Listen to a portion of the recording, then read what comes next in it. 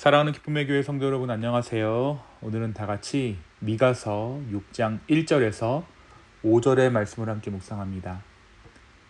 너희는 여호와의 말씀을 들을지어다. 너는 일어나서 산을 향하여 변론하여 작은 산들이 내 목소리를 듣게 하라 하셨나니, 너희 산들과 땅의 견고한 지대들아, 너희는 여호와의 변론을 들으라. 여호와께서 자기 백성과 변론하시며 이스라엘과 변론하실 것이라. 이르시기를, 내 백성아, 내가 무엇을 너에게 행하였으며 무슨 일로 너를 괴롭게 하였느냐? 너는 내게 증언하라. 내가 너를 애굽 땅에서 인도해 내어 종노릇하는 집에서 속량하였고 모세와 아론과 미리암을 내 앞에 보냈느니라. 내 백성아, 너는 모압 왕 발락이 꾀한 것과 보올의 아들 발람이 그에게 대답한 것을 기억하며 시딤에서부터 길갈까지의 일을 기억하라. 그리하면 나 여호와가 공의롭게 행한 일을 알리라 하실 것이니라. 아멘. 계속해서 우리가 미가서 말씀을 함께 묵상하고 있습니다. 미가서 5장까지의 내용은 유다 왕국의 요담, 아하스, 히스기야 왕 시대를 배경으로 하고 있습니다. 이 시기는 이스라엘과 유다 왕국이 정치적 그리고 도덕적으로 쇠퇴하던 때였죠. 북이스라엘은 아수르의 위협에 직면해 있었고 유다 역시 불안정한 상황이었습니다. 미가 선지자는 이러한 상황 가운데 사마리아와 예루살렘에 대한 하나님의 심판을 예언했습니다.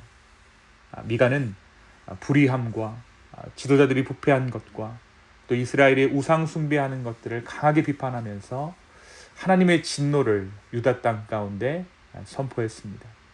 특히 부자들과 권력자들의 탐욕, 가난한 자들에 대한 압제, 거짓 선지자들의 행태를 날카롭게 지적했던 것이 바로 이 미가 선지자였죠.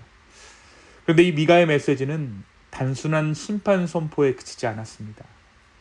그는 하나님께서 남은 자들을 모으시고 회복시키실 것이라는 그 희망의 메시지 또한 전했던 선지자입니다. 특히 4장과 5장에서는 회복과 평화의 시대를 예언합니다.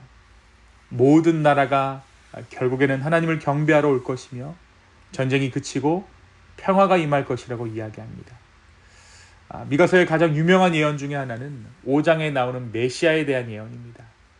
베들레헴에서 이스라엘을 다스릴 자가 나올 것이라는 이 예언은 후에 마태복음에 이르러서, 그러니까 예수님의 탄생으로서 성취됩니다. 오늘 말씀 미가서 6장에서 하나님께서는 재판을 요구하셨습니다. 놀라운 것은 이 재판에서 하나님이 재판장이 되시는 것이 아니라 산과 땅, 그러니까 온 우주 만물이 재판장이 되고, 하나님은 소송을 제기한 원고의 신분으로 이 재판에 참여하게 됩니다. 그렇다면 하나님께서 고발하고 있는 피고는 누구일까요? 이스라엘을 괴롭히는 이방 민족이라 예상할 수도 있겠지만 놀랍게도 피고는 이스라엘입니다. 하나님께서 당신의 백성인 이스라엘을 상대로 재판을 소송하신 것이죠. 그렇다면 하나님께서 이스라엘을 고소하신 이유는 무엇입니까? 그것은 바로 이스라엘이 하나님의 은혜를 잊었기 때문입니다. 그러면서 오늘 말씀은 하나님의 변론을 담고 있습니다. 먼저 하나님께서는 출애굽의 여정을 통해 너희를 구원했다라고 말씀하시죠. 모세와 아론과 미리암을 보내서 이스라엘을 종되었던 애굽 땅에서 꺼내내셨습니다. 10가지 재앙으로 애굽을 심판하셨고 홍해를 가르시고 이스라엘 백성들을 구원하셨다라는 것을 너희가 기억해야 한다라고 하나님께서 말씀하고 계신 것이죠.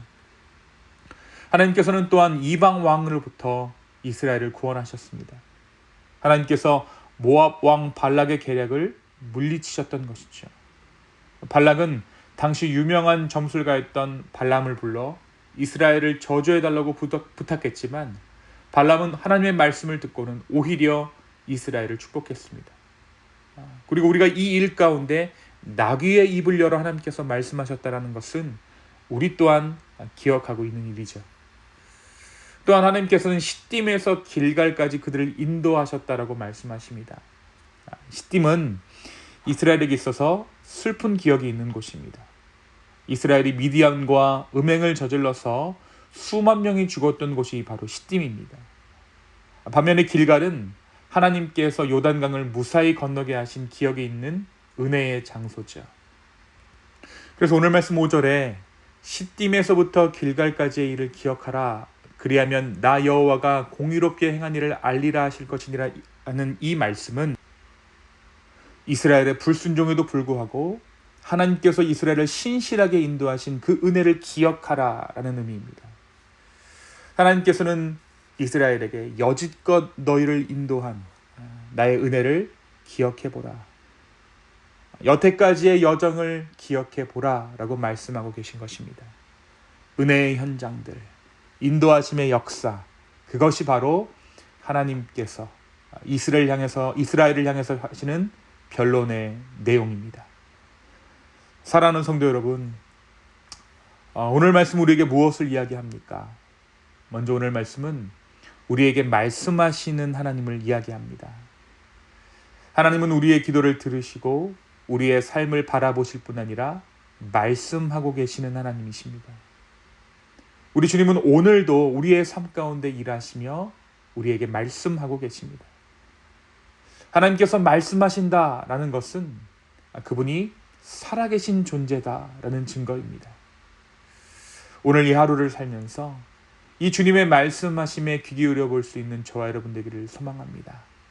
주님께서 어떠한 말씀을 우리에게 주시는지, 우리에게 어떠한 은혜의 기회를 우리의 삶 가운데 허락하시는지, 그 음성 가운데, 그 말씀 가운데 귀 기울일 때 우리는 우리의 삶 가운데 말씀하시는 살아계신 하나님을 경험하게 될 것입니다.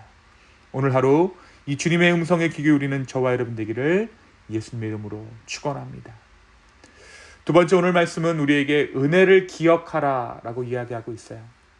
오늘 하나님께서 이스라엘을 향해 변론하시는 이 변론의 내용은 다름 아닌 이스라엘을 향해 베푸셨던 은혜의 기억들이었습니다. 유다의 죄악은, 이스라엘의 죄악은 망각, 그러니까 하나님의 은혜를 잊어버린 것에서 비롯되었다라는 것이죠. 사랑하는 성도 여러분, 그런 의미에서 기억한다라는 것이 은혜입니다. 또 은혜는 잘 기억하는 것이 신앙의 성숙이죠.